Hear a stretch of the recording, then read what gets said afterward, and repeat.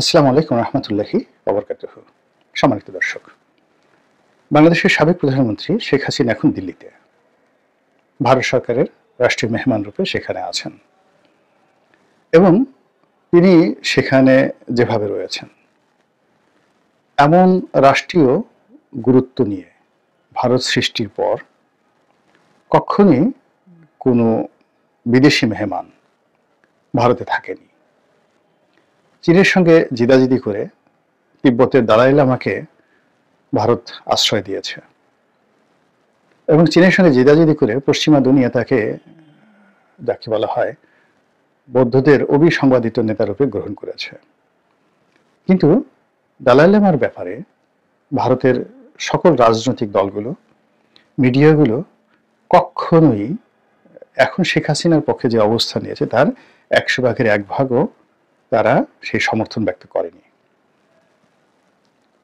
শেখ হাসিনাকে ভারতে আশ্রয় দেওয়ার যে বিষয়টি, এটি কেবলমাত্র নরেন্দ্র মোদীর ইচ্ছার বিষয় নয়। এর সঙ্গে ভারতের সকল রাজনৈতিক দল যারা ক্ষমতার দিল্লির নিয়ামক, কংগ্রেস, বিজেপি, এই সকল দল, এর বাইরে বিভিন্ন প্রদেশে বড় বড় যে দলগুলো রয়েছে, তারা সবাই সম্মিলিতভাবে বৈঠক করে শেখ হাসিনাকে আশ্রয় দেওয়া, প্রশ্রয় দেওয়া, এই সকল বিষয়ে তারা সিদ্ধান্ত নিয়েছে।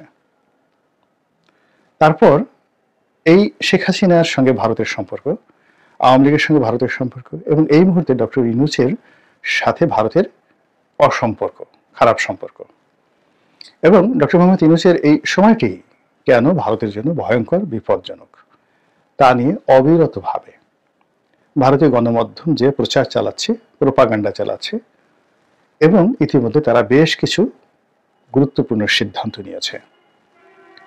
তারা ভিসা বন্ধ রেখেছে, সীমান্ত বন্ধ রেখেছে এবং অনেকগুলো, বিশেষ করে গাড়ির যে যন্ত্রাংশ, এগুলো রপ্তানি বন্ধ রেখেছে। বোঝার চেষ্টা করুন, আমাদের দেশে যে ট্রাকগুলো চলছে, টাটা, অশোক লেল্যান্ড, তারপরে সুজুকি, মারুতি, এরপর মোটরসাইকেলের যে বাজার, মোটরসাইকেলের বাজার অলমোস্ট 99%ই বলতে গেলে ভারতীয় কোম্পানিগুলোর দখলে। সেটা ইয়ামাহা বলেন, হুন্ডা বলেন বা রয়্যাল এনফিল্ড বলেন, পুরোটাই এখন বন্ধ করে রেখেছে।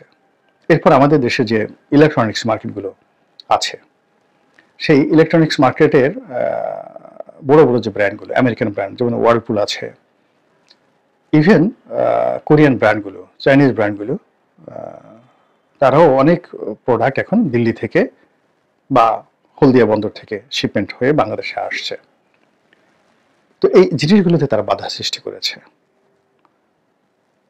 এবং তারা শেখ হাসিনাকে ফেরত দেবে না, সরাসরি বলে দিয়েছে।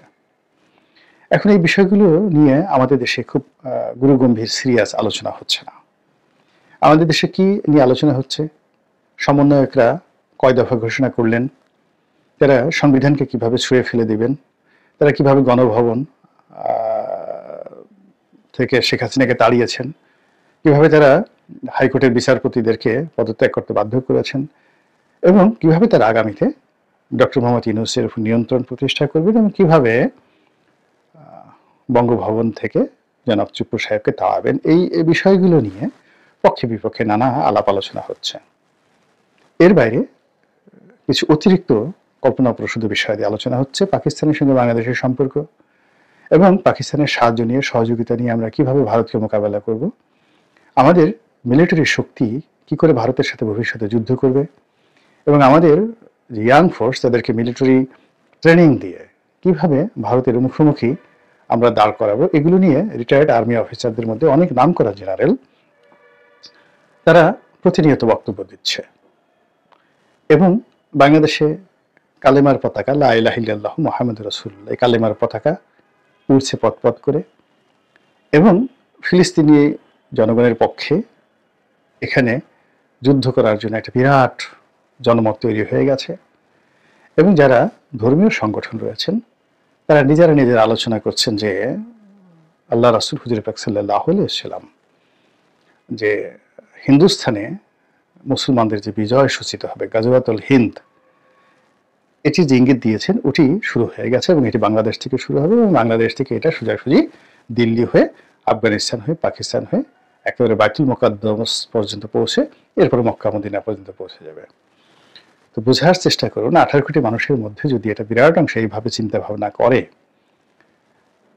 তাহলে কি পরিণত হতে পারে। অবাক করার ব্যাপার হলো যে একটা সময় মধ্যযুগে পৃথিবীর সবচেয়ে বড় একটা সাম্রাজ্য মুসলমানরা প্রতিষ্ঠা করেছিল মধ্য এশিয়াতে, যেটির নাম ছিল খাওয়ারেজম ডাইনেস্টি। ওই সময়টাতে তারা ছিল পৃথিবীর 1 নম্বর যাকে বলা হয় পরাশক্তি, আজ আমেরিকার মতো। আজকে রাশিয়ার একটা বিরাট অংশ, সমগ্র মধ্যপ্রাচ্য, ইরান, এরপর চীনের বিরাট অংশ, এই যে এখনকার যে উইঘর মুসলিম দেখেন, এই পুরো এলাকাটা খাওয়ারেজম ডাইনেস্টির আন্ডারে ছিল। তো এই খাওয়ারেজমদের সঙ্গে যখন যুদ্ধ শুরু হলো, যাকে বলা হয় চেঙ্গিস খানের, এবং চেঙ্গিস খান যখন আক্রমণ করলেন তখন এই যে ইলিউশন, বেশিরভাগ খাওয়ারেজম শূন্য, অর্থাৎ মানে শুধুমাত্র রাজধানী যে কাশগড়, সেখানে তাদের যে সৈন্য ছিল সেই সৈন্য যদি খালি অস্ত্র হাতে তুলে নিত, সঙ্গে সঙ্গে কিন্তু উইদিন 4-5 ঘন্টার মধ্যে চেঙ্গিস খানের বাহিনী শেষ হয়ে যেত। তখনও পর্যন্ত চেঙ্গিস খান কিন্তু ওইরকম কোনো গ্র্যান্ড ভিক্টরি করেনি। খাওয়ারেজম ডাইনেস্টির বিরুদ্ধে তার প্রথম যুদ্ধ জয় তাকে গ্র্যান্ড ওয়ারিয়ার হিসাবে প্রতিষ্ঠিত করেছিল। এবং সেখানে মধ্যযুগের সেই যে মুসলিম যারা জনগণ ছিলেন, এবং ওই যে কাশগড় যে শহরটি চারিদিক দিয়ে তখন ওয়াল দিয়ে ঘেরাও করা ছিল, তারা সবাই বিশ্বাস করতেন যে ইয়াজুস এবং মাজুস যে সম্প্রদায়, তারা যে বের হয়ে এসে তাদেরকে আক্রমণ করতে পারে যে কোনো সময়। এই কথাটা মনে মনে তাদের একটা বিশ্বাস ছিল, এবং বিশ্বাসের কারণে যখন চেঙ্গিস খান এখানে এলো, এটা একটা অভাবিত বিষয় ছিল। তারা কল্পনাও করতে পারেনি যে এতগুলো একটা সাম্রাজ্য আমেরিকাতে যদি এখন এই মুহূর্তে ভুটান আক্রমণ করে আমেরিকা দখল করে ফেলে, ঠিক ওইরকম একটা ঘটনা ঘটেছিল। তো যখনই সেই তাদের ওয়ালের কাছাকাছি পৌঁছে গেল, তখন তারা মনে করলো যে এরা ইয়াজুজ এবং মাজুজের আক্রমণের শিকার হয়েছে। ভয়ে সবাই তলোয়ার ছেড়ে যার যার মতো করে পালানো শুরু করলো। তো মানুষ যখন এই কল্পনা দ্বারা পরিচালিত হয়, তখন সেখানে অনেক বিপদ এবং বিপত্তি কাজ করে। তো এই মুহূর্তে আমাদের বাংলাদেশে ইসলামী আন্দোলন, ইসলামী খেলাফত, তারপরে শেষে ইসলামী হুকুমাত, দিল্লি দখল, দিল্লি বিরোধিতা, ভারত বিরোধিতা, এই সমস্ত নিয়ে যে সকল প্রচার এবং প্রোপাগান্ডা হচ্ছে, তার 0.01% কোনো বাস্তবতা নেই, কোনো কিছু বাস্তবতা নেই, শুধুমাত্র কল্পনা থেকে। আপনার ইচ্ছা মতো আপনি কল্পনা করছেন, গান কবিতা রচনা ওভাবেই হচ্ছে। বাস্তবতা হলো যে আমরা যখন এরকম কল্পনা করছি দিল্লি দখলের, দিল্লির সঙ্গে যুদ্ধ করার, তখন দিল্লি কিন্তু বসে নেই। তারা এটা খুব সিরিয়াসলি গ্রহণ করেছে, ভেরি ভেরি সিরিয়াসলি গ্রহণ করেছে। এবং তারা যেভাবে রণবাদ্য বাজাচ্ছে, যেভাবে প্রচারণা করছে, এবং যেভাবে পুরো বিষয়টিকে নিজেদের অস্তিত্বের তারা যাকে বলা হয় ভিত্তিমূল হিসেবে গ্রহণ করেছে, তা যদি আমরা এখনো বিচার না করি, বিশ্লেষণ না করি, তাহলে আগামীতে আমাদের জীবনে ওই যে খায়রুজমের যে মুসলিম ডাইনেস্টি, তাদের যে অবস্থা হয়েছিল ঠিক তদ্রূপ অবস্থা হবে। এখন শেখ হাসিনার ব্যাপারে ভারতের কিন্তু খুব বেশি যাকে বলা হয় আগ্রহ ছিল না, এবং শেষের দিকে অর্থাৎ জুলাই আগস্ট বিপ্লবের এই সময়টিতে সম্পর্কটা একেবারে তলানিতে চলে গিয়েছিল। তো ভারত মূলত শেখ হাসিনাকে গ্রহণ করেছে ভালোবাসার জন্য নয়, তাদের পররাষ্ট্রনীতির কারণে, এখানে তাদের বিনিয়োগের কারণে, তাদের 7 সিস্টারের নিরাপত্তার কারণে, পাকিস্তানের কারণে, চীনের কারণে, এবং আমেরিকার ইনফ্লুয়েন্সে। তো এই সমস্ত কারণে কি হলো, আমরা এই বাংলাদেশে যত বেশি নড়াচড়া করছি, দিল্লিতে শেখ হাসিনার গুরুত্ব তত বাড়ছে, হোয়াইট হাউসে শেখ হাসিনার গুরুত্ব তত বাড়ছে, এবং ইংল্যান্ডে, ফ্রান্সে, পুরো ইউরোপে আওয়ামী লীগের গুরুত্ব বেড়ে যাচ্ছে। তো এর ফলে কি হলো, ভারত এখন প্রকাশ্যে বলে দিতে পারছে যে কোন অবস্থায় তারা শেখ হাসিনাকে, এখন শেখ হাসিনা কিন্তু শুধু শেখ হাসিনা বলে না, ভারত বলে শেখ হাসিনা জি। আমরা যে মোদিজি বলি, তারা শেখ হাসিনা জি, অত্যন্ত respectable, your honourable, your Excellency, এটাকে হিন্দিতে তারা শেখ হাসিনা জি বলে প্রকাশ করার চেষ্টা করছে। তারা কোনো অবস্থাতেই শেখ হাসিনা জিকে ফেরত দেবে না। তারা বলছে আমাদের শেখ হাসিনা। তারা আরো অনেক কথাগুলো বলছে।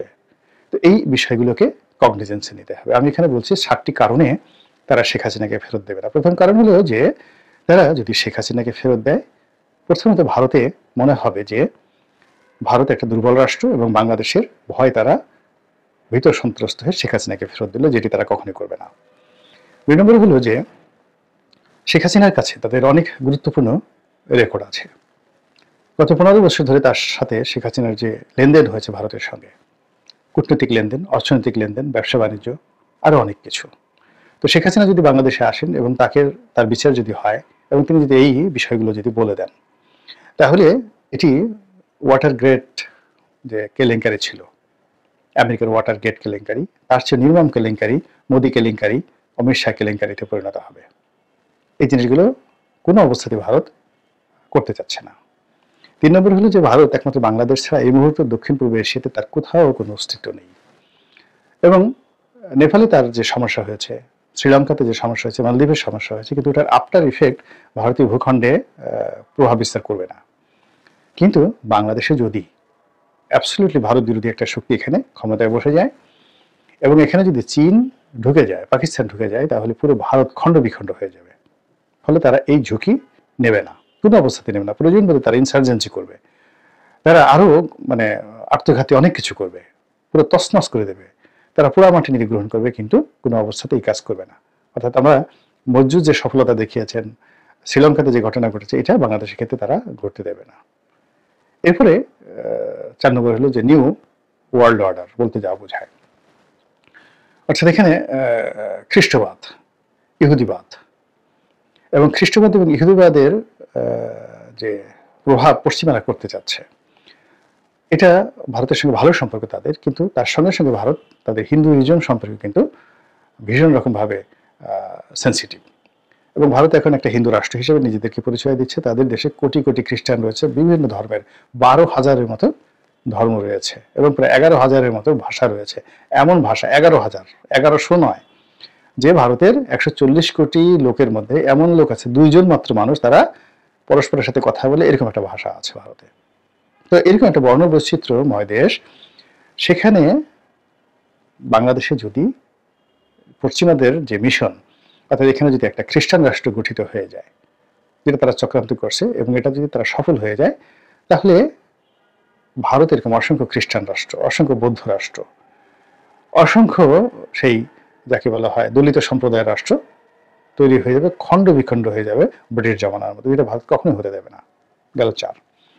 5 নম্বর হলো যে এখানে তারা পাকিস্তানকে আর বাড়তে দেবে না, কোনো অবস্থায় তারা পাকিস্তানকে বাড়তে দেবে না। এর কারণ হলো পাকিস্তান যদি বাংলাদেশের জন্য তাদের দেউলিয়া হতে হয়, সেটা তারা করবে। এর কারণ হলো 71-এ পাকিস্তান জাতি যে অপমানিত হয়েছে, লাঞ্ছিত হয়েছে, এবং তাদের 90,000 সৈন্য এই বাংলার মাটিতে ভারতীয় বাহিনীর কাছে আত্মসমর্পণ করেছে পা ধরে, রীতিমতো পা ধরে। সিমলা চুক্তি তাদের ইতিহাসের অন্যতম অপমানজনক একটি চুক্তি। কাজে সেই প্রতিশোধ ঐতিহাসিকভাবে নেয়ার জন্য এই সময় পাকিস্তান যে চেষ্টা করেছে, এটি তারা করতে দেবে না। ফলে তারা শেখ হাসিনাকে ফেরত দেওয়ার ঝুঁকি নেবে না। 6 নম্বরে যেটা হলো, তারা যে কোনো মূল্যে এখনো আওয়ামী লীগকে তাদের বিশ্বস্ত বন্ধু মনে করছে। শেখ হাসিনাকে হয়তো তারা ফেরত দেবে না বা রাজনীতিতে প্রতিষ্ঠিত করবে, শেখ রেহানাকে করবে বা শেখ পরিবারের কাউকে করবে, এটা ভারত কল্পনা করছে না এখন। কিন্তু তারা যে কোনো মূল্যে আওয়ামী লীগকে রাজনীতিতে সচল রাখতে চাচ্ছে, সেটা সরকারি দল হোক, বিরোধী দল হোক। এই জন্য তারা যদি তাদের হাতের যে অস্ত্রটি রয়েছে, সেই অস্ত্রটি ডক্টর ইউনূসকে দিয়ে দেয়, তখন আর তারা এটা নিয়ে খেলতে পারবে না। এখনো আওয়ামী লীগকে যদি পরিচালনা করতে হয়, যা কিছু করতে হয়, তাহলে চাবিকাঠিটা শেখ হাসিনার হাতে। এখনো টোটাল নেতৃত্ব তাকে কেন্দ্র করে আওয়ামী লীগের মধ্যে যে এক ধরনের উদ্দীপনা আছে, এক ধরনের আশা রয়েছে, আকাঙ্ক্ষা রয়েছে, ওটা কালকে যদি তিনি বাংলাদেশে চলে আসেন এবং তাকে গ্রেপ্তার করা হয়, মুহূর্তে ধপাস করে সেই 75-15 আগস্টের পরে আওয়ামী লীগের যে অবস্থা হয়েছিল 3-4 বছরের জন্য আওয়ামী লীগ ঠিক সেই অবস্থার মধ্যে পড়ে যাবে। কিন্তু এখন যেহেতু শেখ হাসিনা নিরাপদে ভারতের জিম্মায় আছে, আওয়ামী লীগ স্বপ্ন দেখছে এই টুমরো শেখ হাসিনা চলে আসবে। তো এই স্বপ্নটাকে ভারত জিয়ে রাখতে চাচ্ছে। আর সবার শেষে 7 নম্বর হলো শেখ হাসিনা যদি তাদের হাতে থাকে তাহলে ক্ষমতায় বিএনপি আসুক, জামাত আসুক, তারা থাকুক অথবা যা কিছুই হোক না কেন, শেখ হাসিনাকে ব্যবহার করে আওয়ামী লীগকে হাতে রেখে তারা বাংলাদেশ সরকারের সঙ্গে একটা বার্গেনিং করতে পারবে, চমৎকার একটা বার্গেনিং করতে পারবে। এবং দিল্লির যে চাণক্য নীতি, সেই চাণক্য নীতি অনুসারে এই বার্গেনিং এর যে অস্ত্রটি, সেই অস্ত্রটি কোনো অবস্থাতেই তারা প্রতিপক্ষের হাতে তুলে দেবে না। মহান আল্লাহ রাব্বুল আলামিন আমাদের সবাইকে হেদায়েত দান করুন এবং হেফাজত করুন। আসসালামু আলাইকুম ওয়া রাহমাতুল্লাহি ওয়া বারাকাতুহু।